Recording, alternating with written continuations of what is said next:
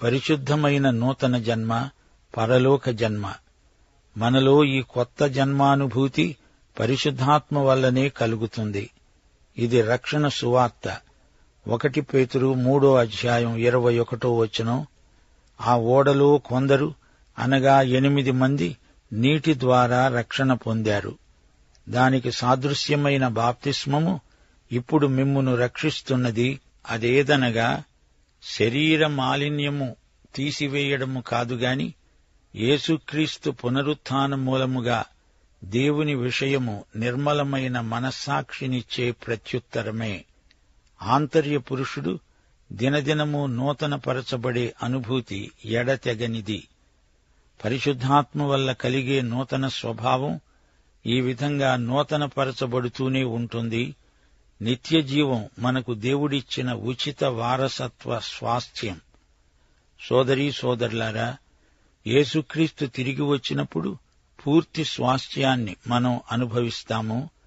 మనము యేసుక్రీస్తుతో కూడా దేవునికి సహవారసులం.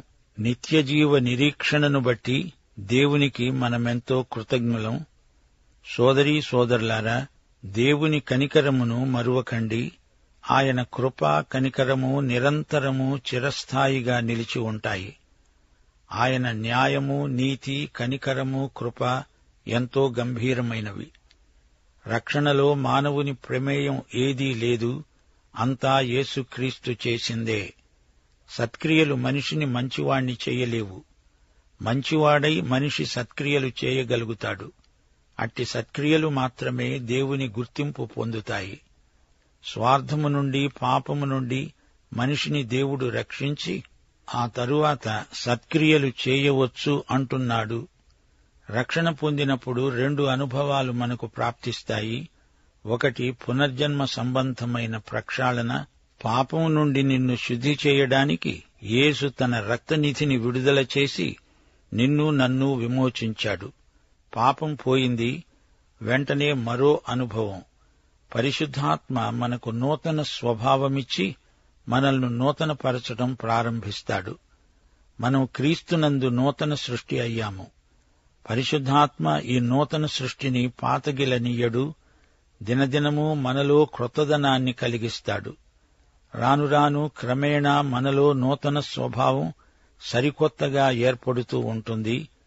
దేవుని పరిశుద్ధత మనలను పరిశుద్ధపరుస్తుంది. దేవుని అందం మనల్ని అందంగా తీర్చిదిద్దుతుంది. సోదరీ సోదరులారా, పరిపాలకులను, అధికారులను విధేయతతో ప్రోత్సహించాలి. వారి మంచి కార్యక్రమాలలో వారికి సహాయ సహకారాలు అందించాలి. మనమీ లోకంలో గోధుమల మధ్య గురుగుల్లాగా ఉన్నాము. ఈ లోకంలో మనకు 3 బాధ్యతలున్నాయి. 1, మనము ఏ దేశంలో ఉన్నామో ఆ దేశ ప్రభుత్వం పట్ల మన బాధ్యతలు సక్రమంగా నిర్వర్తించాలి.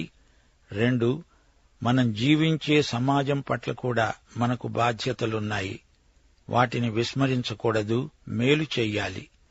తోటి సోదరుణ్ణి ప్రేమించాలి. సంఘర్షణను అంతటితో ఆపివేయాలి. సాత్విక వైఖరి అవలంబించాలి.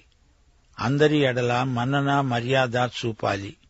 ప్రియ శ్రోతలు, ఈ పాఠంలో మన రక్షణ విషయమైన ప్రామాణిక సత్యాలను దేవుడు బయలుపరిచాడు.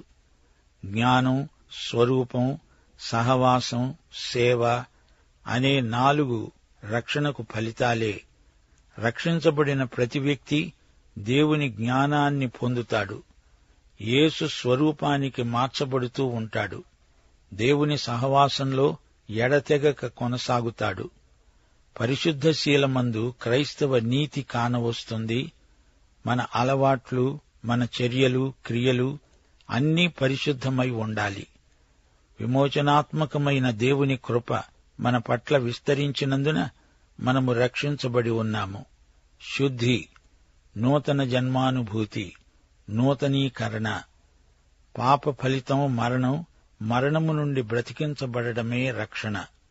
యేసుక్రీస్తు ద్వారానే ఇట్టి అనుభూతి మనకు ప్రాప్తిస్తుంది. రక్షించబడి మనము దేవుని బిడ్డలమయ్యాము.